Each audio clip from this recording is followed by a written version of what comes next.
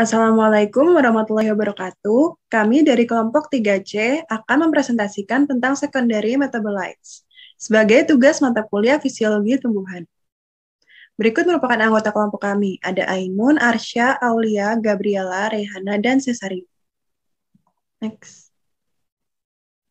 Outline dari presentasi kami hari ini ada definisi metabolisme sekunder, perbedaan metabolit primer dan metabolit sekunder, golongan senyawa metabolit sekunder yang dihasilkan oleh tumbuhan, peran metabolit sekunder bagi tumbuhan, dan kesimpulan. Metabolisme adalah proses kimia yang terjadi pada suatu organisme.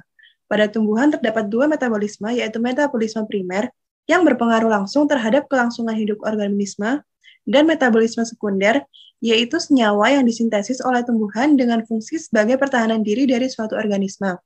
Metabolisme sekunder terjadi pada spesies tertentu saja, sehingga pada setiap spesies biasanya memiliki metabolisme sekunder yang berbeda-beda. Terdapat 4 senyawa utama pada metabolisme sekunder, yaitu terpenoid, fenolik, glikosida, dan alkaloid. Oke, berikutnya adalah perbedaan dari metabolit primer dan metabolit sekunder. Metabolit primer merupakan hasil dari metabolisme primer, di mana metabolit ini diproduksi selama masa pertumbuhan. Contoh dari metabolit primer yaitu karbohidrat, lipid, protein, vitamin, dan lain-lain. Metabolit primer digunakan untuk pertumbuhan, reproduksi, fungsi seluler, juga sebagai bahan untuk melakukan metabolisme sekunder. Sementara metabolit sekunder merupakan hasil dari metabolisme sekunder dan terbentuk setelah masa pertumbuhan. Contoh dari metabolit sekunder yaitu alkaloid, fenilpropanoid, dan lain-lain. Umumnya metabolit sekunder digunakan untuk kepentingan ekologis. Berikut adalah golongan senyawa metabolit sekunder. Metabolit sekunder terbagi menjadi terpenoid, fenilpropanoid, glikosida, dan juga alkaloid. Next.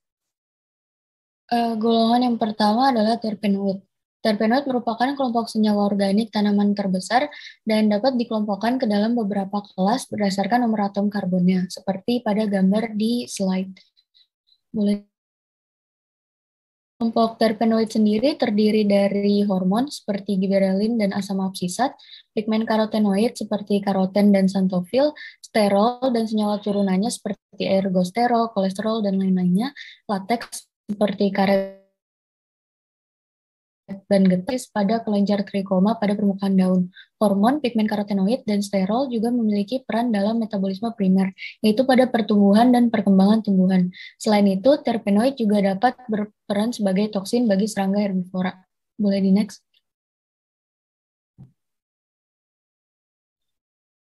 Selanjutnya ada fenilpropanoid. Fenilpropanoid merupakan hasil biosintesis fenil reaksi yang dinamakan dengan stoichiochemic acid pathway. Kelompok fenilpropanoid terdiri dari kumarin yang berperan sebagai agen antimikroba dan inhibitor germinasi, flavonoid yang berperan dalam pengenalan simbion antara rhizobia dan akar inang, lignin yang berperan sebagai penyusun struktural dan pertahanan sel, dan juga tanin yang berperan dalam denaturasi protein dan sebagai komponen periksa. Next.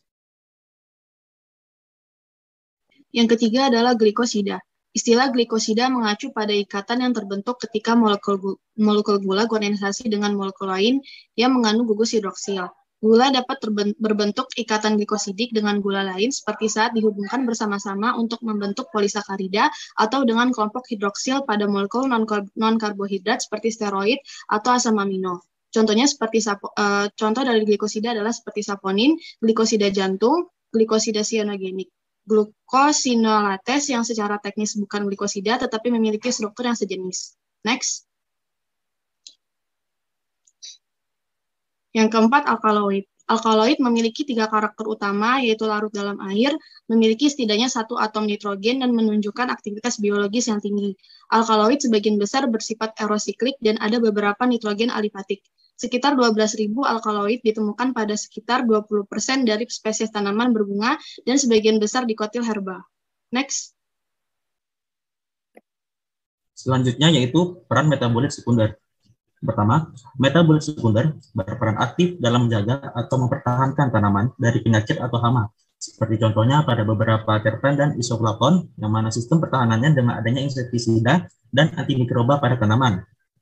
Selain itu, metabolit sekunder juga berperan dalam mengenali patogen potensial seperti gen virulen dari mikroorganisme patogen.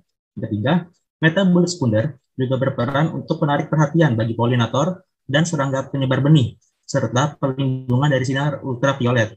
Yang terakhir itu sebagai mekanisme pertahanan, metabolit sekunder juga berperan sebagai agen tanaman kompetitor untuk bersaing dengan tanaman lain dalam proses pertumbuhan. Next. Jadi, kesimpulannya adalah metabolisme merupakan proses kimiawi yang terjadi dalam suatu organisme yang akan menghasilkan produk berupa senyawa metabolit.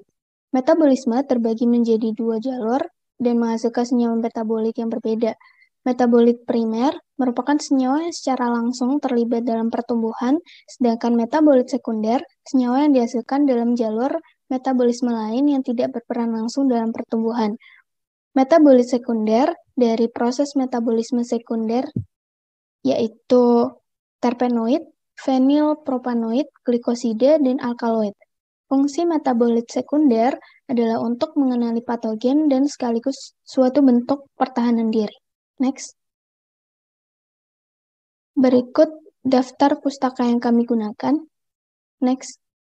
Sekian presentasi dari kami. Mohon maaf apabila masih terdapat banyak kesalahan. Terima kasih. Wassalamualaikum.